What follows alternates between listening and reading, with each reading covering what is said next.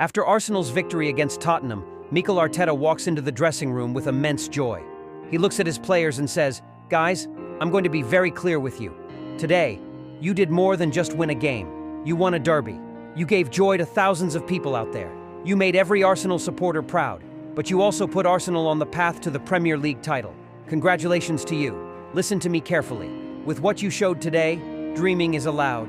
Eze, thank you so much for your exceptional game. Scoring a hat-trick against Tottenham is not easy. Congratulations.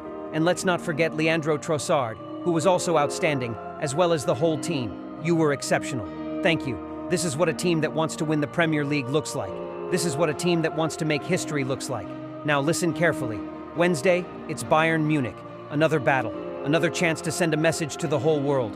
I hope we'll be ready to play a great match on Wednesday and make our supporters proud.